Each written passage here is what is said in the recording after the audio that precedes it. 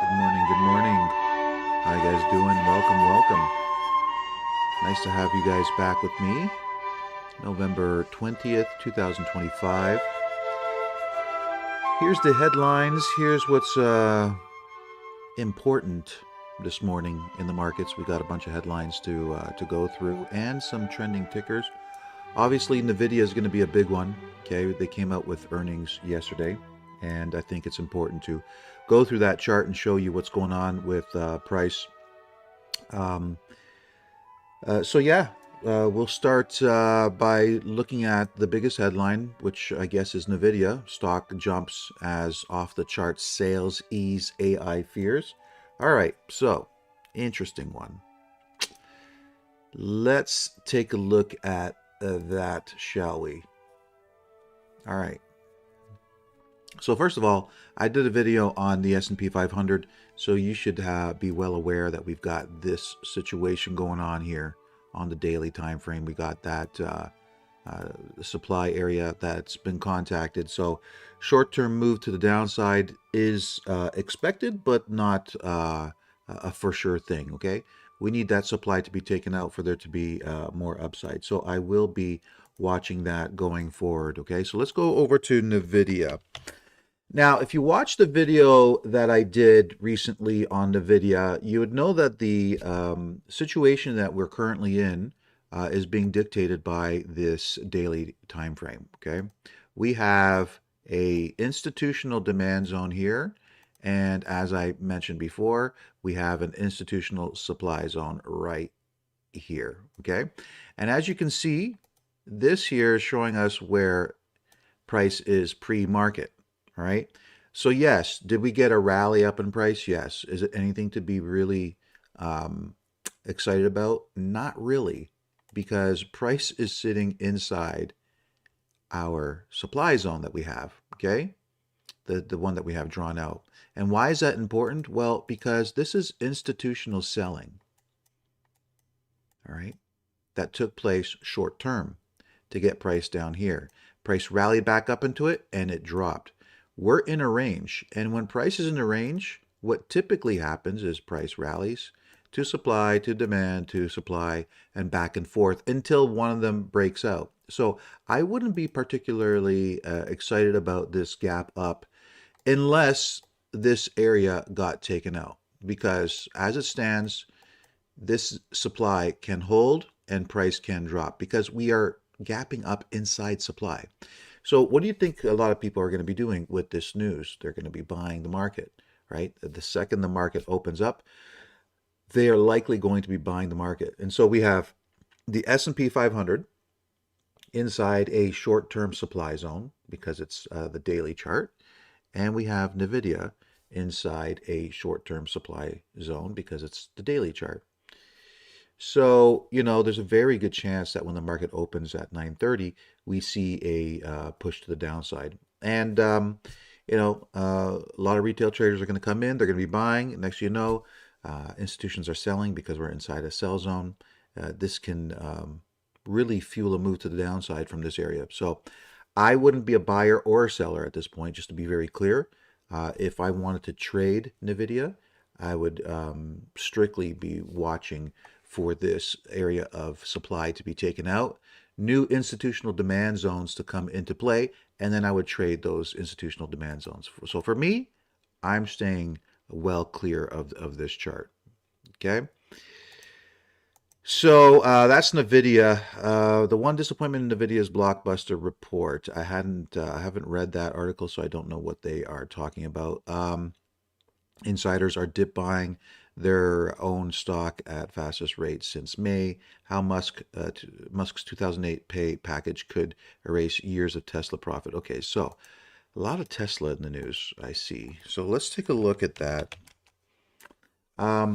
So same situation as I was mentioning to you before. Okay, bulls are very stressed out. Okay, very stressed out at this point because we just are not able to break past this. Okay, and remember what I was showing you. Very, very important. Okay, when we take a look at the charts you always have to know what time frame is in play. And I believe with a high degree of certainty that the monthly time frame is the one that's in play. And what do I mean by that? Well, there's always certain buying that's coming in, processes that are taking place, cycles that are being processed through. And for instance, on the monthly time frame, there is demand that was created, price rallied, price is consolidating away from this demand, and now it's beginning a drop. As you can see with this monthly candle, we are getting a bearish candle, and it looks like it may be closing below the basing, the bottom of the wick of the basing, which would produce a bearish candle move to the downside, right? And when it drops, what do we have here? Right here, a big institutional area of buying that price will be coming right into, right? So I believe what's taking place here is this situation here in the monthly time frame. Demand was created, rallied, and now we're just waiting for price to drop in, all right? So as it was basing at the highs, we take a look at the daily time frame, and as I was mentioning to you before, we looked at these peaks and we looked at the RSI, and when the RSI was at 60, we got the drop in price as we were expecting, okay? So this is where we're at, and we're just sitting in the middle of this. Remember, institutional demand is lower on the charts right here. So a couple things can happen. Can the banks come in with new institutional buying right here and shoot price up? Sure. That is a possibility, but we wouldn't know that, okay? There'd be no way of knowing that because they're coming in with real live time buying, all right? What we're looking at is we're looking at areas where the institutions did come in with significant buying, and we know that for a fact because we can spot it on the charts. And we know that with a high degree of certainty, if price were to drop into these areas of demand, okay, we would expect there to be some kind of move to the upside from this area. All right. So, this is what we're seeing. All right. Could they be buying right from here today? Sure. But I'm not privy to that information. I can't pick up a call and talk to some of the largest banks in the world and ask them what they're going to do at Tesla. I can see what they've done, and I know what typically happens when they come back to these areas, but lifetime I couldn't tell you. So I wouldn't be touching Tesla here because it looks like it's in the process of still dropping until demand comes into play. All right, so that's Tesla. Amazon, frozen no higher, no fire, labor market may be breaking. All right, so let's look at Amazon. So we're seeing a little bit of a pullback, and I'm not too surprised by that. Okay, we did our long-term target estimation using institutional price action as a way to gauge how far they will likely bring up price, and they took it pretty much almost penny perfect to our long-term target of 256, which is pretty incredible. So now we're seeing the sell-off. Okay, this is the profit taking from acquiring positions. Okay, I can tell you for a fact that they were acquiring positions here. They were acquiring positions here, and once again here. All right, so this is 148, and then the 180s. Okay, taking profits at 256 is not too bad. And so, if they were to continue with their profit taking, there's nothing much here to stop price from dropping from where it is to even further. Okay, there's no demand zones here, nothing. So price can easily drop further if it wants to. Now this is the monthly time frame, so let's look at the weekly. And you could see on the weekly time frame that I have an institutional demand zone that came into play here in the 207 to 214 region. As you can see, price contacted this area 2 times where the institutions came in and bought. So they bought here, they bought here, and they bought here. Okay. And so to me, this area is already used up. Sure. Could they buy again? Could price come here and then they buy again? Yeah, it's possible. It's possible. But typically, if there's nothing to support price except for an already tested multiple time zone, there's a very good chance that this thing can break. All right. it's a very good chance that it could break. Or they just start accumulating again and push price to the upside. I wouldn't be a buyer, okay? What I'd be looking for is I'd be looking in this type of area here to see how price reacts. I'd be looking at the lower time frame, looking for new institutional demand to come into play, and then potentially open up a long position. But this is not the greatest situation, all right? This is a weekly time frame, and it's a good time frame to be looking for entries in. So this one's already been tested. I'd prefer to be looking for new higher time frame demand areas to come in, because when the banks are serious about pushing price, they come in with many orders that take weeks, sometimes months to fill, okay, sometimes even longer. But in this case, I'd be looking for where they're filling in orders over the span of a week or many weeks. All right, that's what I'm looking for. A couple days time, you know, in the midst of this havoc, it's not very important, and you know, it's the likelihood of those zones holding are not very high. So I'm looking for really good, strong, permanent zones that will hold over time, and so far I am not seeing that on Amazon. All right, so I would not be buying Amazon at this point. All right, so with that said, let's look at let me see here. We have my silver short trade that I put on. Let's look at gold. And let's switch the chart to the 4-hour. So here's what we have in gold. Now, I told you about this dynamic that's playing out here in gold. And I hope you see what's happening here, because we had institutional demand come into play here, and we have supply here, okay? So the banks were selling here, and the banks were buying here. So as you can see, price came down into this area. It's holding price, and it's shooting to the upside, okay?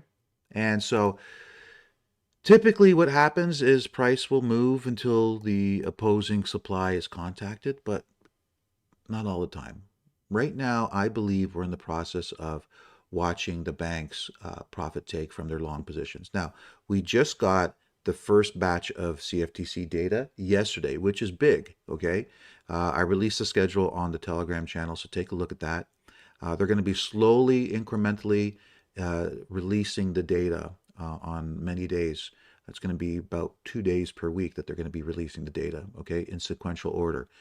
So they started yesterday. We're collecting the information, but leading up to what we saw the last time that they reported the data, the banks were, you know, massively acquiring a long position, and I believe they started offloading that long position here, and they're continuing to do so here. So, you know, it could rally to supply and then drop, or it could just drop back down to demand. Bottom line is this is the range, okay? Shorts from here would be high probability. And the reason being is because, you know, if you take things into context, what we're seeing here is likely profit taking from long positions. But we have to be careful, because remember, we're profit taking from long positions. We're not acquiring a short position. And the supply and demand dynamics can be a little bit different when they're profit taking and not acquiring. So I'd watch for price to get up here, and then I will see how it reacts off of there. But a potential short trade from there is what I'm looking for. Okay, silver, I'm in short, and the reason being is because price reacted from a 4-hour area of supply. And if you take down the chart to the 15-minute, there was a really nice area of supply here. Price came down. This is the trade that I took. It went through the zone, broke through, but did not hit my stop. So I was very lucky for that. But I've moved my stop to just below my entry, so it's a break-even trade, and I'm fine with that. If it breaks even, that's fine. For me, this is free money. I'm just holding the position to see where it can go. My first target is 49.85. And again, I gave this trade out to members yesterday when I set up the trade. Okay, before it was even triggered, the whole trade was set up for members. And you know what? If you would have taken the trade with me, okay, let's just say, and I'm not an advisor telling you what you should do, but if anybody took this trade, look, I'm up 600 bucks. I could close my position right now and be up 600 US dollars, okay? That's pretty darn close to 900 bucks Canadian. And that's a yearly membership here at White Oak Trading University. One trade could pay for a whole year's membership here at the school. You know, we have trades like this all the time. The portfolio is doing very well. 2012 has been a super hot year for us. If you become a member and you look at our portfolio and you look at just the first quarter of the year, you could have easily made a yearly membership, okay, and then some. So hope you guys take advantage of that because we have our Black Friday sale going on right now. So my 15-minute target's at 49.85, but I'm aiming for down here because on the 4-hour time frame, price can easily drop to here. That would be a nice hefty profit if it does that. So I'm just going to sit tight, wait for it to either stop me out or go for the big kahunas. I'm not going to touch it until it does one of those two things. All right. So that so far is looking pretty good. Let's take a look at Bitcoin. So Bitcoin, let's switch this to the 4-hour time frame. All right, so here's the main thing that is taking place. I've been talking about this all throughout social media because there's a lot of talk about what's going on with Bitcoin, what is it going to do, why is it dropping, all sorts of stuff, okay?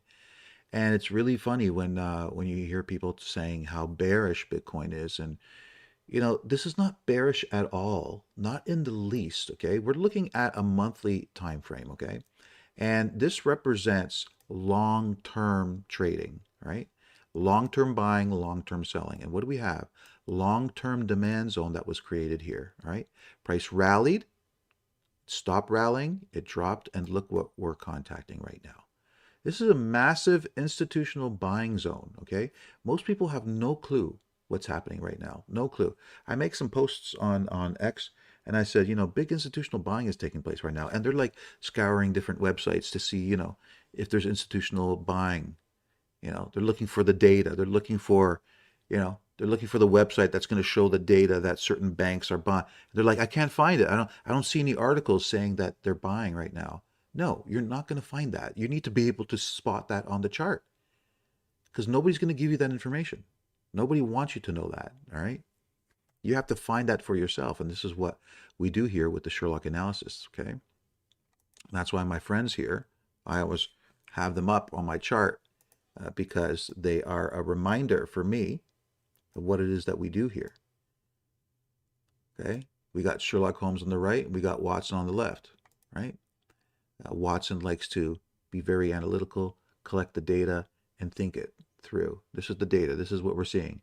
And Sherlock knows how to examine that data in such a way that he can uncover the truth of what is really taking place. And the two together are the perfect team.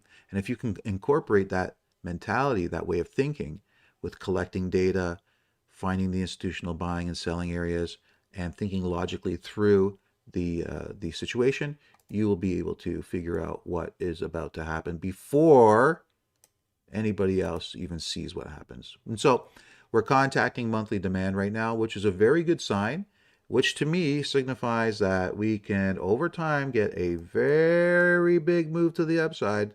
I got a target of around 150. I think that's easily able to be contacted based on current dynamics of price and projecting what they've done in the past and what they are likely to do going forward. So are we seeing any proof of this buying yet? No, not yet. It's too early, okay? But what I'm going to be focusing on is this daily time frame.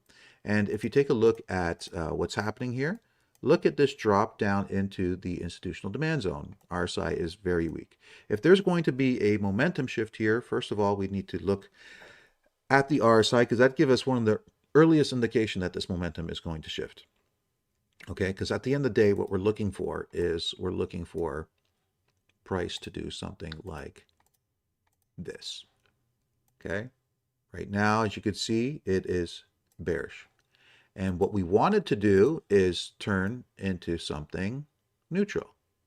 Okay, because that means they're offloading shorts, any type of short positions that they took on to help price to spill over to the downside, okay? You know, they initiate the sell. And then last minute is when everybody else comes in because they're freaking out, right? The headlines are saying, you know, it's dropping, it's going to go to 50,000, all sorts of headlines. People freak out and they sell. And at the bottom is where they want the majority of the selling, because that is potentially where they're going to be buying, right? And so if this is going to turn into buying, then what we want to see is something shift here. And the RSI is going to be the first indication of when this momentum is going to shift. So I'm going to be focusing on the daily time frame, watching for that, because the second this gives me the signal, I'm going in long, all right? And I'm going to hold this position for some time, okay? Because remember, 148 is the target.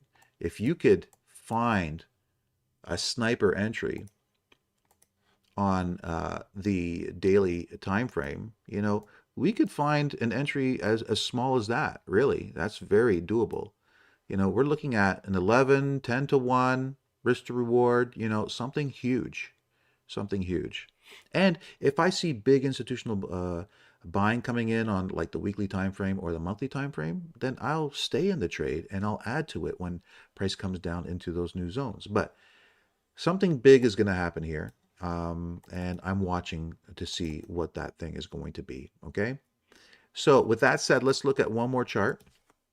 MSTR strategy. I guess they changed their name. It used to be MicroStrategy, but now they turned into strategy. If we look at the weekly time frame, guys, we have a major buying zone here. Now, if you've been following us on Twitter for some time, you'd know that a while ago when price was up at the highs, I was saying I would not be buying this. I would not be buying this. And the reason that I gave was because there was a big institutional demand zone down here. I said the best place to buy this stock would be to be down there. I would not be buying this stock anywhere else except for down there. And so now we're entering into that area. And it's funny because as price is entering into this area, Bitcoin is entering into its area. So big institutional buying that took place on MicroStrategy, big institutional buying that took place on Bitcoin. The two are coming into their own. MicroStrategy or strategy hasn't yet come into its demand zone, but it's damn close. We're very, very close to contacting that demand area. And when it does, boy, oh boy, I'm going to be looking for some kind of a buying here, because I don't care what the headlines say. I don't care what anybody says. What everybody says means zero to me. All I'm looking at is the data. I'm looking at price action. I'm looking at what are the big institutions doing with their buying or selling. If they're buying this, I'll buy it, okay? They know better than me why price is going up. And I think that if they start buying Bitcoin and it goes up, this is very much tied in with Bitcoin, and Michael Saylor is buying a ton of Bitcoin down here from the reports that I'm seeing. Whether it's true or not, I don't know, but it seems to be legitimate information that I'm reading, that Michael Saylor is buying Bitcoin down these areas. So if he's buying and this is happening, you know, there's a very good chance that we're going to see a monster move on MSTR with price to the upside. All right, folks, so there you have it. There is your headlines for today. I hope you enjoyed this session, and if you do me the favor of hitting the like button. You know how it goes. We're always asking, hit the like. But I do appreciate that. I'm working on building the channel, trying to get this information out to as many traders as possible, and your help is very much appreciated. So just hit the like, and if you're not a follower, make sure you follow us. That way you'll get more videos and more analysis the way that we do it here, with that Sherlock spin to it. All right. Thanks, everybody. Enjoy the rest of your day, and come and join us on the Telegram channel. If you don't know where to find it, go to whiteoakfx.com. On the bottom, you'll see a link to our Telegram channel. All right. We'll see you later. Take care. Enjoy the day, and so long, everybody.